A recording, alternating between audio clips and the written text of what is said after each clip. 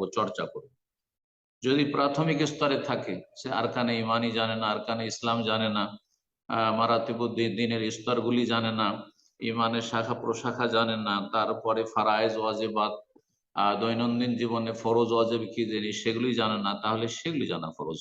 আকিদার ক্ষেত্রে, এবাদত বন্দিগির ক্ষেত্রে, আকিদা, এবাদত এবং দৈনন্দিন যে হালাল হারামের সম্মুখীন হচ্ছে, যা কিছু করছে, যেই ফিল্ডে কাজ করছে, সেখানে কোনটা আমার জন্য হালাল, কোনটা হারাম, এগুলি জানা। এটা হয় প্রাথমিক স্তর, প্রাথমিক স্তরের স্টুডেন্ট।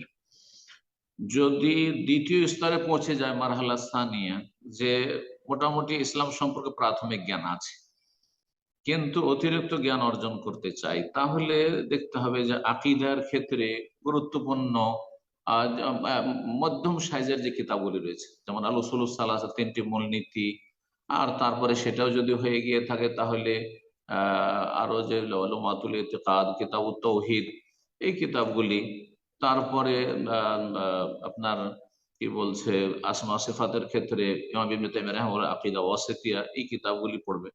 আজকাল বাংলায় বেশ সুন্দর কিতাব হয়েছে, হয়তো এইগুলি কিতাব যদি অনেক সময় বাংলায় যদি না পাই, তাহলে বাংলায় যদি সালাফি আহলুল হাদিস আলেম ওলামাদের আকিদার কিতাব লিখনি থাকে, সেগুলি পড়া যেতে পারে।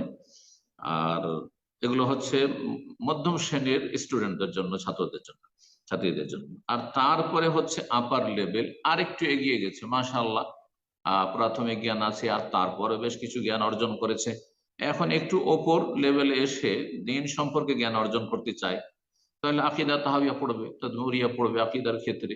ফিকহি মাসলা মাসাইলের ক্ষেত্রে তখন ফিকহের যে আরেকটু বড় কিতাবগুলি রয়েছে সেগুলি পড়বে।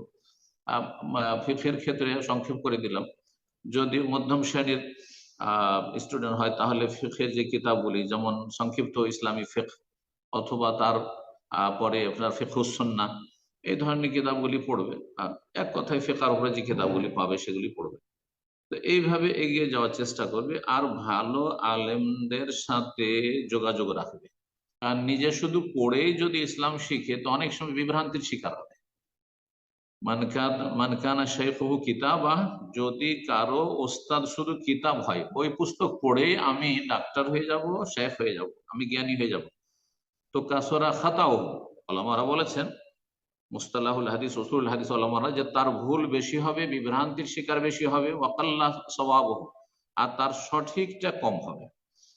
তো তাহলে কিতাব পড়ার সাথে সাথে ভালো শেখদের শরণাপন্ন হইতে হবে, তাদের দার্সে সরাসরি হাজির হইতে হবে। তা যদি সম্ভব না হয়, তাহলে অনলাইনে হাজির থাকতে হবে, তাদের যে দর্শগুলো, সারাগুলি, এই কিতাবগুলি রয়েছে সেগুলি শুনতে হবে, পড়তে হবে, এভাবে এগিয়ে যেতে হবে।